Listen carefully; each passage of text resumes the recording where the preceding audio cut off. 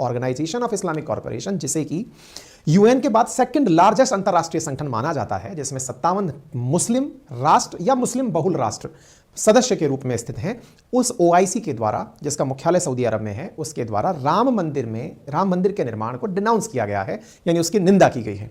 किसने की है? तो ये खबर आपके सामने डॉन अखबार की है, जो पाकिस्तानी है, जिसने लिखा है OIC denounce opening of Ram Mandir on site of demolished Babri Masjid in India's Ayodhya. आप खबर देख सकते हैं ओआईसी की, OIC general secretariat denounces opening of Ram Mandir. इसी प्रकार से यह खबर हेडलाइन बनकर आती है। अब ओआईसी है क्या? तो ओआईसी इस्लामिक और मुस्लिम बहुल देशों का एक संगठन है, जिसमें 57 देश हैं। इसका मुख्यालय सऊदी अरब में है और सऊदी अरब में ही सऊदी अरब का ही इसमें दबदबा भी है। हालांकि सऊदी अरब टॉप 10 मुस्लिम आबादी वाले देशों में शामिल नहीं है। आपको मैं यहां पर यह बताना चाहूंगा कि दुनिया में जो सबसे ज्यादा मुस्लिम आबादी है वो इंडोनेशिया में है, सेकंड पाकिस्तान में है और थर्ड लार्जेस्ट इंडिया में है। और इंडिया इन ओआईसी कंट्रीज में ना तो ऑब्जर्वर है ना मेंबर है, और उसके पीछे का बड़ा कारण पाकिस्तान है। अगर वास्तविकता में यह मुस्लिमों के हितों की बात करने वाला संगठन है तो निश्चित ही भारत को भी यह सदस्य राष्ट्रों के रूप में शामिल करना चाहिए था, ताकि इंडिया का पक्ष भी यहां पर रखा जा सके। ऑर्गेनाइजेशन ऑफ इस्लामिक कॉर्पोरेशन के अंदर इनका मकसद शुरुआत में था कि फिलिस्तीन की मदद करेंगे, इजराइल के साये से फिलिस्तीन को बचाएंगे, लेकिन ये ऐसा कुछ भी करने में फिलहाल तक तो कामयाब नहीं हुआ है। आप इस मैप पर ये जो रंग में रंगे, हरे रंग में रंगे देश दिखाई दे रहे हैं, इनमें आप ओआईसी मेंबर कंट्रीज को देख सकते हैं। भारत ना इसका मेंबर है ना ऑब्जर्वर है, जबकि मैं दोबारा याद दिला दूं कि Bharat third largest Muslim population रखने वाला वर्ल्ड में कंट्री है। साथियों, इसी के साथ साथ यहां की सदस्यता में Afghanistan, Albania, Algeria, Azerbaijan, Bangladesh जैसे देश भी शामिल है।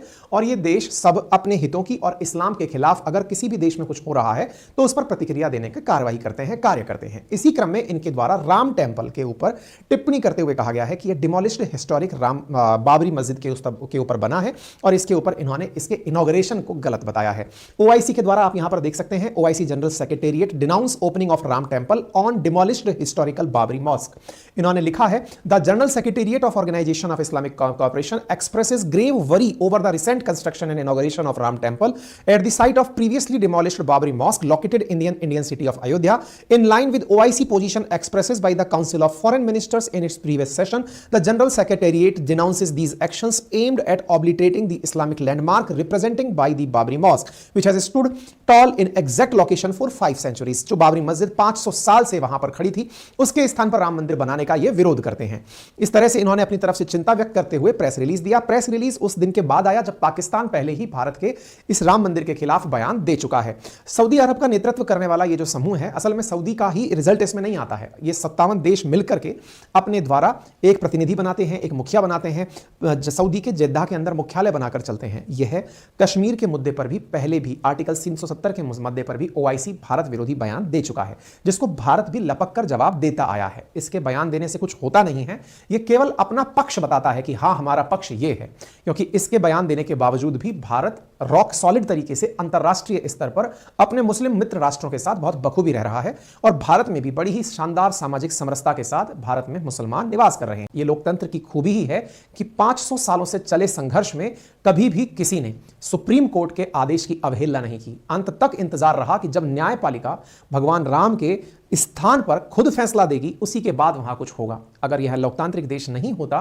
तो जिस प्रकार से पाकिस्तान में, चीन में, तुर्की में आए दिन दूसरे धर्मों के लोगों के मंदिरों को, मस्जिदों को या फिर दूसरे धर्म के लोगों की पहचान के धार्मिक स्थलों को तोड़ा और बदला जाता है, ऐसा ना जाने कब का ही देश में हो गया होता।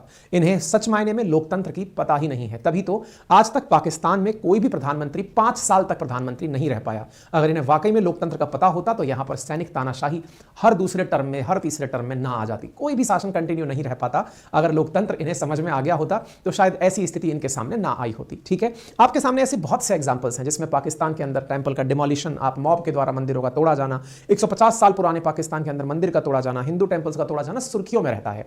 साथ ही साथ इन लोगों के द्वारा जिस तुर्की का साथ और सहयोग दिया जाता है, उसने तो हाल ही में बहुत चर्चित हागिया सरफिया जो करके चर्च है उसको कन्वर्ट करके मस्जिद में कन्वर्ट कर दिया है।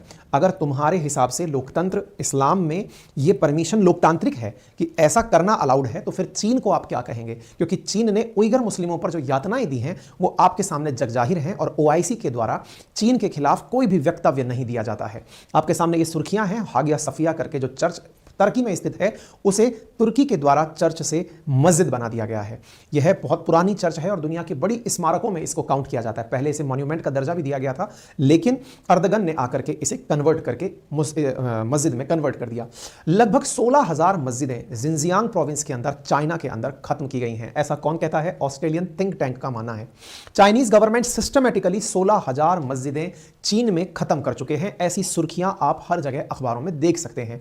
ऐसी बहुत सारी तस्वीरें उपलब्ध हैं जहां पर चीन ने मस्जिदों के ऊपर बने हुए ये जितने भी टॉम जैसी संरचनाएं हैं, इन्हें तोड़ करके सपाट कर दिया और सपाट करके पूरी तरह उन्हें डिमोलिश कर दिया। कई ऐसे भी वीडियोस फुटेज उपलब्ध हैं जहां पर मस्जिदों को तोड़कर वहां पर पब्लिक टॉयलेट्स बना दिए गए। आप यहां पर देख सकते हैं किस प्रकार से पहुंचकर बुलडोजर से इसके टॉप को हटाया जा रहा है।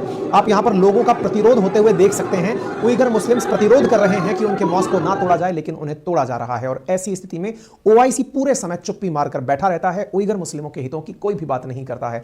आप यहां पर एक न्यूज कटिंग देखते हैं कि public toilet erected on former site of razed Xinjiang village mosque. एक मस्जिद को तोड़कर वहां पर पब्लिक टॉयलेट बनाया गया। यह सुर्खी आपके सामने अखबारों में दिख रही है और लोग सवाल पूछते हैं कि ओआईसी तुम ऐसे समय पर क्यों चुप हो जाते हो? क्या तुम भी पैसे से ड्रिवन हो?